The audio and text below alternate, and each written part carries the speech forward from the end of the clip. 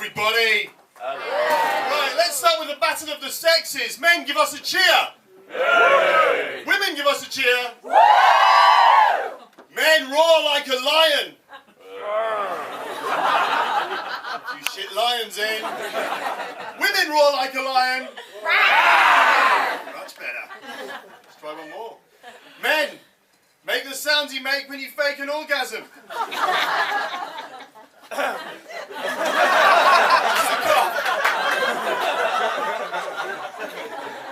Women, make the sounds you make when you fake an orgasm. We have a winner. The only one. No other woman in here has ever faked an orgasm before. Ever. You've never faked an orgasm before. Well, hang around, baby. Tonight might be a lucky night. I've never faked an orgasm before because I was brought up as a Catholic. But I'm not a Catholic anymore. I'm an atheist. Have we got any atheists in? Yay! Atheists, amen! Growing up in my house, Jesus was a big deal, right? For my mum, he was like a god. So I could never tell my mum I'm an atheist, right? She'd be so disappointed she would die. And then after she died, disappointed again. My dad's a very chilled out guy. When I was 4, I was diagnosed with having a lazy eye. We went to the doctor about it, and he actually told my parents, the doctor said that we could operate, and my dad was like, do we have to? He's like, look, I've got 3 kids, 5 good eyes, I think that's a good record. I had a bit of a weird upbringing. You know how everybody's talking about, obviously this week with Trump and all the racism and Brexit and stuff. Racism isn't a new thing. I remember I went to school with a kid, right, called Richard. Richard's dad worked for the BNP. Right, for people who don't know, BNP, like a horrible sort of fascist right-wing party, and don't even know if they still exist, but they did exist then. And Richard's dad, he came into school one day, and he beat up our geography teacher, who was a Muslim. He beat him up. Not only was it the scariest day ever at school, it's also the last day that parents were allowed to come into class to show us what they did for a living.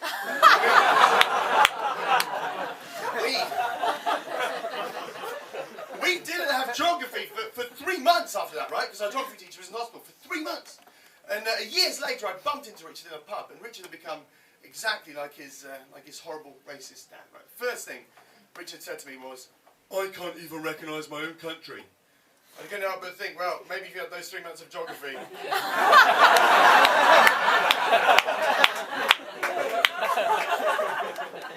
I'm married, guys. I've been married for 9 years. 9 years. I didn't think after 9 years of marriage there'd be secrets, right, between me and my wife, but I was wrong. About 6-7 weeks ago, I found in my wife's underpants drawer an 18-inch vibrator. And that's the sound she makes when she uses it. 18 inches, that's a crushing thing for a guy to fight, right? Obviously, I confronted her about it. I was like, what's this? Thought you were happy with me and my penis. She said, I am. She said, just sometimes I need something a bit smaller. I know, no, it makes up for the lazy eye. I know I'm really lucky to be in a relationship. A really good mate of mine, he got divorced this year. It was around February, I think, and he became really bitter. Right? He turned against women completely. He actually said, he became an arsehole, he actually said, swear to God, he said these words, he said, chicks, eh? If they didn't have tits, I'd throw rocks at them. He is in prison now. He got arrested outside Keira Knightley's house. So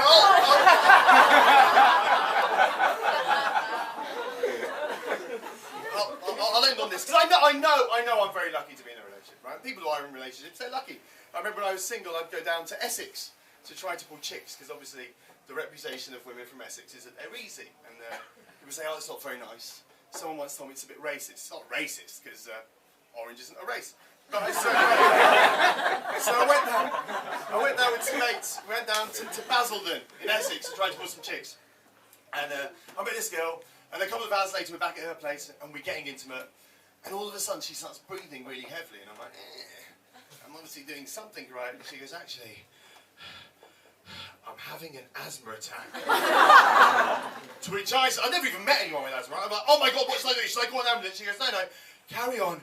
Once you're done, I'll find my inhaler.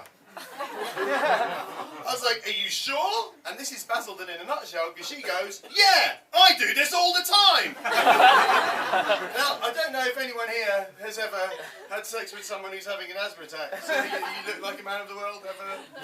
No. Well, I'm not. No. I'm not going to lie to you. Difficult to get into the groove, right? The panting kind of helps. But at one point, her eyes started to roll back. I'm like, oh my God, I need to end this shit right now. And that's when, you know, at the beginning I said I'd never faked an orgasm before. Kind of a lie.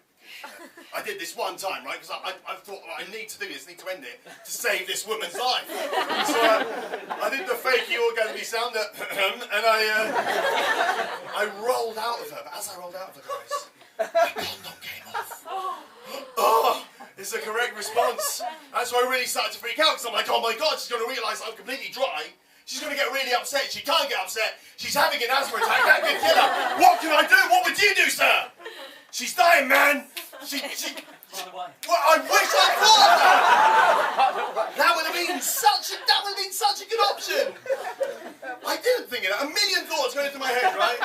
And I sort of reached out and grabbed one, and the thought I grabbed, not the best thought I'd ever grabbed. I was trying to convince this woman that I'd orgasmed. So my thinking was this: I thought she needs to see a little wet patch to assume that you've. So I thought, what if you had like a little wee?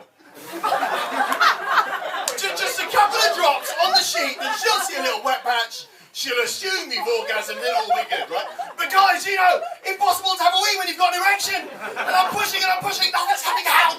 And slowly she starts to turn her head towards me, and I'm freaking out.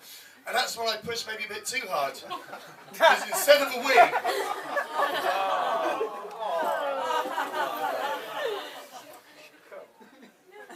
tiny little poo came out and landed on the bed. Now keep in mind, woman having an asthma attack, trying to keep calm, and a guy she's only known for 2 hours taking a shit on her bed. And that was a bit too much for her. It was at this point that she passed out completely, during which time obviously called an ambulance, put my clothes back on, and then positioned her body so that her bum was next to the poo. And that's how I met my wife. Good night, everyone.